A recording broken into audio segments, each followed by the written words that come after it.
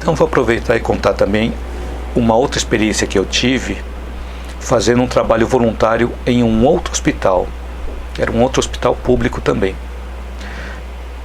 Eu, realizando esse trabalho voluntário, eu entrei em um quarto onde uma família estava se despedindo da mãe.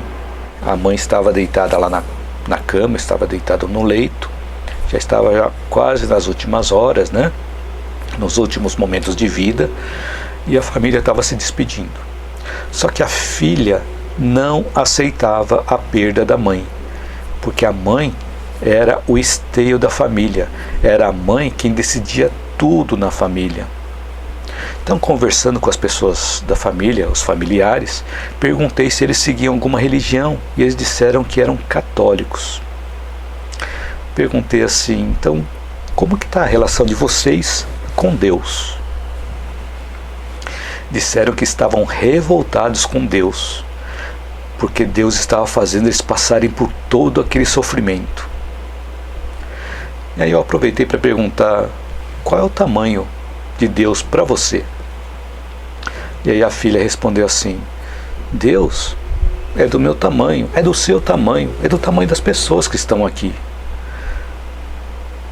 E aí eu coloquei algumas perguntas: mas Deus não criou cada um de nós? Não criou o planeta Terra? Não criou todas as coisas que existem aqui no planeta Terra, os outros planetas, as outras galáxias? Então ele não teria que ser maior que tudo isso? Porque se Deus fosse do meu tamanho, ele é muito pequeno. Eu realmente sou uma pessoa muito pequena, sou baixa, né? Sou de estatura baixa. Eu falei: se Deus fosse do meu tamanho, é muito pequeno. Então é importante que nós possamos ver como algo maior.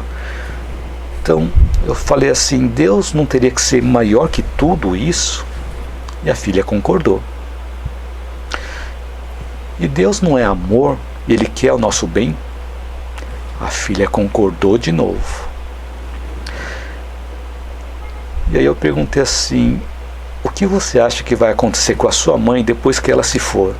Ou seja, para onde você acha que ela vai? E a filha respondeu: ela vai se encontrar com as pessoas que se foram antes dela. E você não acha que essas pessoas que se foram antes dela não vão ficar alegres em revê-la lá do outro lado? Nossa, nesse momento ela abriu um sorriso de alívio e disse assim: eu não tinha visto por esse lado. E ela começou a sorrir, ao invés daquele semblante fechado e pesado que ela estava quando eu entrei lá no quarto. Então foi uma outra situação em que eu pude ajudar com uma simples palavra, um momento de conversa com ela.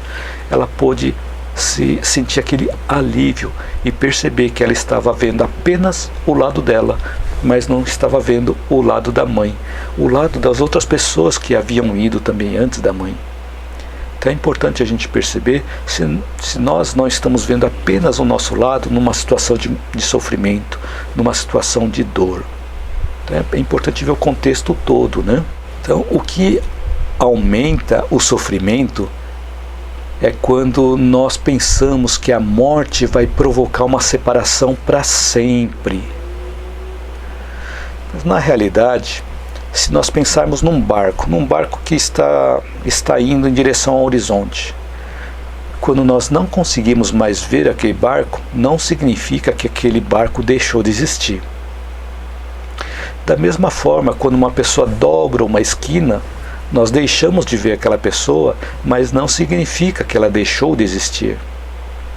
Então o entendimento que a vida continua depois da morte do corpo físico faz com que o sofrimento diminua ou até desapareça. Então, para essa família que tinha esse entendimento, aquelas palavras foram suficientes.